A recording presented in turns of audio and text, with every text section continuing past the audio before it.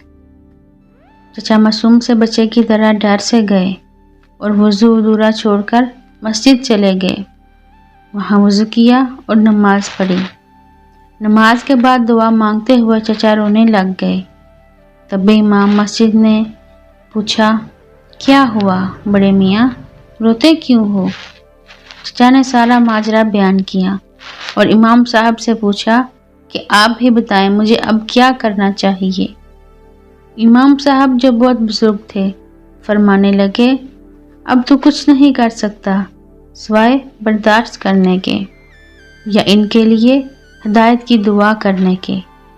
جو وقت تیرے بچوں کی تربیت کا تھا وہ تو نے پردیس میں گزار دیا۔ اب وہ بچے نہیں رہے، انہیں جس طرح کی پرورش ملی وہ ویسے بن چکے۔ اب یا برداشت کر یا ان سے الگ ہو کر کہیں اور رہ لے۔ چچا واپس گھر گئے، بیوی سے تمام حال بیان کیا۔ بیوی نے بھی کہہ دیا، میں تو پہلے ہی کہتی تھی کہ واپس آ کر کیا کرو گے، وہاں تو پھر بھی نوکری تھی، پیسہ تھا، یہاں فارغ رہ کر بچوں سے تانے ہی سننے ہیں۔ چچا کو اپنے کانوں پر تیسری بار یقین نہ آیا کہ یہ ان کا وہم ہے یا کوئی ڈراؤنا خواب یا کڑوی حقیقت۔ غرض چچا نے بینک میں رکھی ہوئی رقم سے واپسی کا ٹکٹ خریدا اور بنا کسی کو بتائے وہ اپنے گھر کے دروازے کو چوم کر یہ کہتے ہوئے نکلے کہ اے میرے وہم کہ تو میرا گھر ہے، میں تجھ میں تو رہنا چاہتا ہوں پر وہم میں نہیں۔ چچا کی باتیں سن کر میری آنکھوں سے نکلتے آنسو میرے سینے تک کو تر کر گئے تھے۔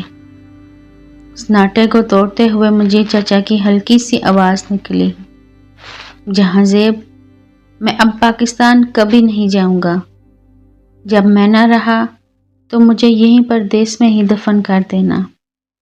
میں چچا کے ساتھ لپٹ کر زور زور سے رونے لگا، کیونکہ میرا دل بھی ڈرتے ہوئے کہہ رہا تھا کہیں پاکستان میں بنایا گیا میرا گھر بھی وہم تو نہیں۔